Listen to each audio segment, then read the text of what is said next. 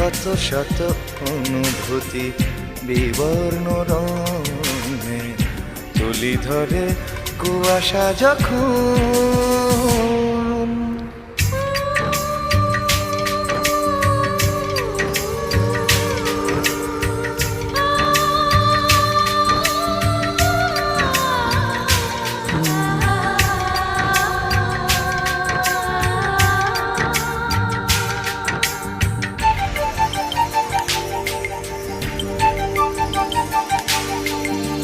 পুতুল নাচের পটভূমি এই পৃথিবীর রং মাখা পুতুলের ভিড়।